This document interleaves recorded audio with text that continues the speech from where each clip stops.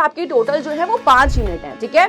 तो बायो में याद रखना कि आपका जो एग्जाम होता है वो टोटली एनसीईआरटी बेस्ड होता है। सबसे पहला जो चैप्टर है वो है पुष्पीय पादपों में लैंगिक जनन यानी कि sexual reproduction in flowering plants. Most important chapter है, बहुत सारे क्वेश्चंस यहाँ से बनते हैं। बच्चे सोचते हैं कि चलो टॉपिक सिर्फ पढ़ लेते हैं, ठीक है, हो जाएगा काम कहीं से भी। देखो हर स्टेट में एक बुक चलती है, ठीक है, बट याद रखना कि CUET exam totally NCERT based है। हेलो बेटा जी, क्या हाल चाल, कैसे हैं आप सब? आई होप आप सब बहुत अच्छे हैं, मस्त है एंड सभी सेफ है गाइस। तो स्टार्ट करते हैं बेटा जी आज के सेशन को। एंड बेटा जी ये सेशन बहुत ही ज्यादा इंपॉर्टेंट रहने वाला है उन बच्चों के लिए जो अभी क्लास 12th में आए हैं एंड नेक्स्ट ईयर सीयूटी का एग्जाम देने की सोच रहे हैं। सबसे पहले बात करते हैं बेटा सीयूटी का एग्जाम आखिर होता क्या है। तो बहुत सारे बच्चे हैं जो बहुत ही अच्छी यूनिवर्सिटी से पढ़ना चाहते हैं, जिनका सपना है कि भाई हमें तो डीयू से पढ़ना है या बीएचयू से पढ़ना है, और भी बहुत सारी यूनिवर्सिटी हैं, लेकिन बच्चों को नहीं पता है कि वहां पे कैसे जाया जाता है। तो अब यहाँ पे एक एग्जाम होता है जिसका नाम है सीयूईटी। भले ही आपके बेटा बोर्ड एग्जाम में 98-99% है, लेकिन अगर आप इस एग्जाम को क्लियर नहीं करोगे तो आपका वो सपना ही रह जाएगा। और अगर आप अपने सपने को पूरा करना चाहते हो तो बेटा अभी से तैयारी शुरू कर दो। अब कैसे? बच्चे सोचते हैं कि भाई इसकी तो अलग से तैयारी करनी पड़ती है, जबकि ऐसा नहीं होता है। तो मैं आपको एक चीज बताती हूँ बेटा, इसकी कोई आपको अलग से तैयारी नहीं करनी है। आप अभी क्लास 12th में आए हो, है ना। अब अगर हम बात कर लेते हैं यहाँ पे कौन सा, यानी कि भाई अगर हम बात करें सिलेबस की कि मैम क्या यहाँ पे क्लास 11th के आपके सारे चैप्टर्स आते हैं या क्लास 12th के आते हैं, क्या दोनों के आते हैं? तो सबसे पहली चीज, आपका सीयूटी एग्जाम में सिर्फ और सिर्फ क्लास 12th का सिलेबस आता है। Physics, chemistry, bio. अगर हम बात करते हैं बायो वाले बच्चों की तो ये 3 सब्जेक्ट उसके मेन होते हैं। एंड सीयूटी में डोमेन सब्जेक्ट में आते हैं आपके वो सब्जेक्ट जो आपके क्लास 12th में होते हैं। तो कहीं ना कहीं आपके लिए मेन सब्जेक्ट है, ठीक है। तो अब आप क्लास 12th में पढ़ रहे हो तो इतना अच्छे से पढ़ो ताकि जब आपका सीयूटी एग्जाम आए तो आपको सिर्फ रिवीजन की नीड रहे, आपको सिर्फ एग्जाम पैटर्न समझना हो कि आखिर भाई एग्जाम पैटर्न क्या है, ठीक है। अब यहाँ पे बात कर लेते हैं आगे की, ठीक है, कि आज के सेशन में हम क्या करने वाले हैं। तो बेटा आज के सेशन में मैं आपको पूरा बताऊंगी कि अगर आप अभी सोच रहे हो कि मैम हमें नेक्स्ट ईयर एग्जाम देना है तो हमें क्या पढ़ना है, कौन से चैप्टर है, क्या सिलेबस है, किस तरीके से तैयारी करें, तो वो आपके यानी कि भाई इस सेशन में आप जानोगे। अब बात कर लेते हैं आगे की। सबसे पहली चीज यहाँ पे यूनिट की बात करते हैं। बेटा आपकी टोटल जो है वो 5 यूनिट है, ठीक है। तो बायो में याद रखना कि आपका जो एग्जाम होता है वो टोटली एनसीईआरटी बेस्ड होता है, यानी कि आपको सारे के सारे चैप्टर्स वो करने हैं जो आपकी एनसीईआरटी में है ना। अब यहां पे बात कर लेते हैं अगर हम मेरे बेटा सबसे पहले यूनिट 1 की, तो बेटा वो आ जाती है रिप्रोडक्शन वाली यानी कि जनन वाली यूनिट, जिसमें आपके 3 चैप्टर हैं। नेक्स्ट है बेटा सेकेंड यूनिट में आपका अगर हम बात करें जो कि है बेसिकली जेनेटिक्स वाली, जिसमें 3 चैप्टर है एंड यूनिट का नाम है आनुवंशिकी तथा विकास। थर्ड यूनिट मानव कल्याण में जीव विज्ञान, जिसमें 2 चैप्टर आ जाते हैं।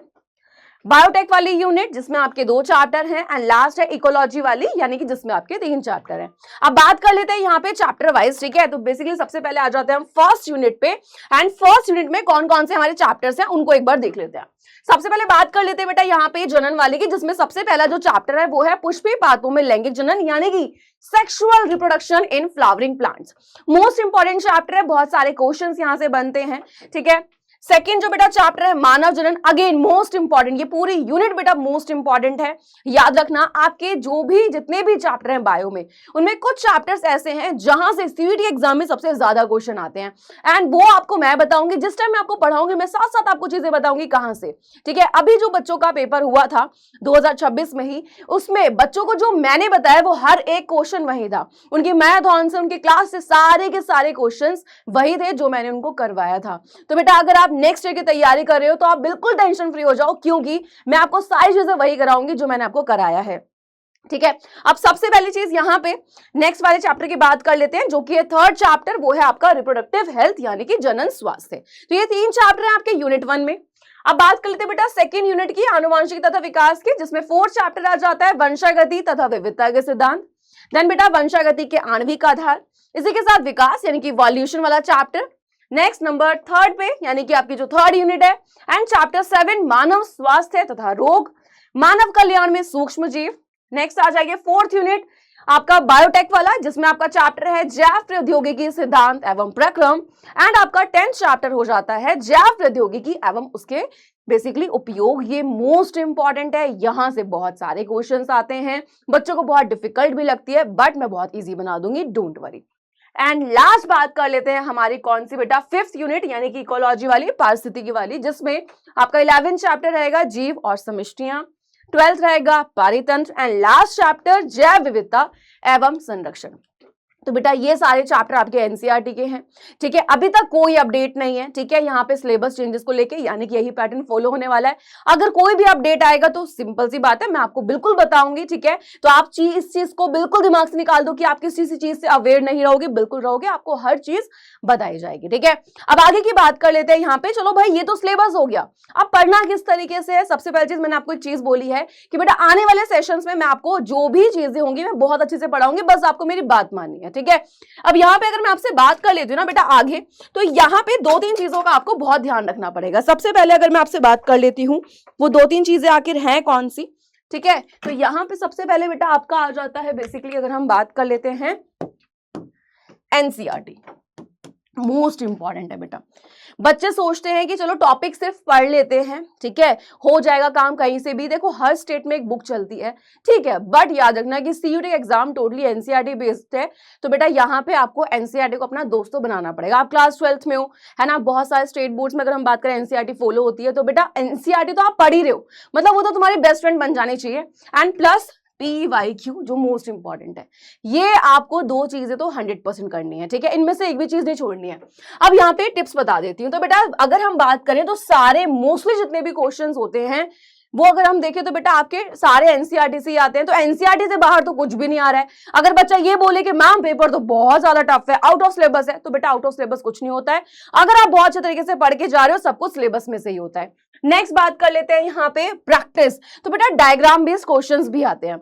अब डायग्राम बेस्ड क्वेश्चन में बच्चे सबसे ज्यादा अटकते हैं क्योंकि वो प्रैक्टिस करके नहीं जाते हैं। तो एनसीईआरटी आपने पूरी पढ़ी, यानी कि एनसीईआरटी को आपने पूरा पढ़ा, हर एक टॉपिक पढ़ा, उसके बाद ये नहीं कि सिर्फ एक बार पढ़ो, बार बार पढ़ो ताकि आपका टॉपिक बढ़िया तरीके से क्लियर हो जाए। एनसीईआरटी की आपको हर लाइन पता हो कि अच्छा भाई यहाँ पे ये है इस चैप्टर में, है ना। अब यहाँ पे डायग्राम बेस्ड जो क्वेश्चंस होते हैं बेसिकली ये बहुत इंपॉर्टेंट है। अब डायग्राम अगर आप छोड़ के जाते हो तो यानी कि आप उस क्वेश्चन को नहीं कर पाओगे, तो ये समझना भी बहुत ज्यादा जरूरी है, बिकॉज बायो में डायग्राम मोस्ट इंपॉर्टेंट है। आगे की बात करते हैं बेटा सॉल्व प्रीवियस ईयर पेपर। अब यहाँ पे अगर हम बात करें, मैंने पहले बताया प्रीवियस ईयर क्वेश्चन पेपर को सॉल्व करना बहुत ज्यादा जरूरी है क्योंकि कुछ क्वेश्चन रिपीट होते हैं।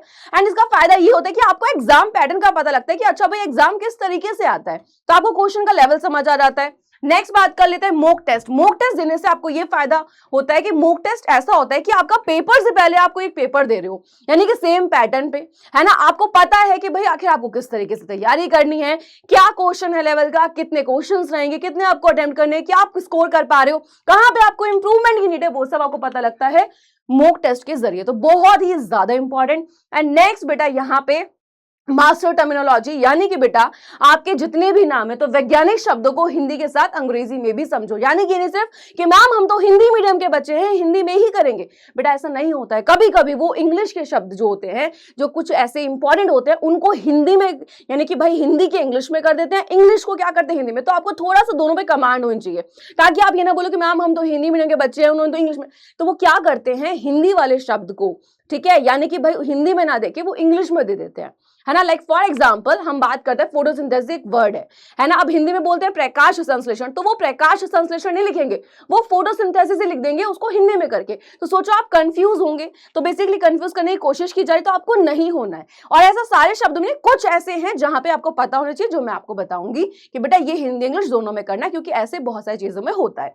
इन बातों को आपको ध्यान रखना और याद रखना, ये नहीं कि आज पढ़ लिया कल। कंसिस्टेंसी बहुत ज्यादा जरूरी है। अपने क्लास 12th को अगर आप अच्छे से कर रहे हो बोर्ड एग्जाम के लिए, तो सिंपल सी बात है आपकी सीयूटी की तैयारी हो रही है। लेकिन सीयूटी की तैयारी में कुछ एक्स्ट्रा चीजें और ध्यान देनी, जैसे एनसीईआरटी हाईलाइट, कौन सा वर्ड है, कहां से क्वेश्चंस बनते हैं, ये सब मैं आपको बताऊंगी। तो प्लीज अगर आप सीयूटी की तैयारी कर रहे हो या करना चाहते हो तो आपको क्या करना है, अभी से पढ़ना शुरू कर देना है ताकि आप नेक्स्ट ईयर अपने एग्जाम को दो, अच्छा स्कोर करो एंड आपने जो यूनिवर्सिटी सोची है उसमें एडमिशन ले पाओ, ठीक है।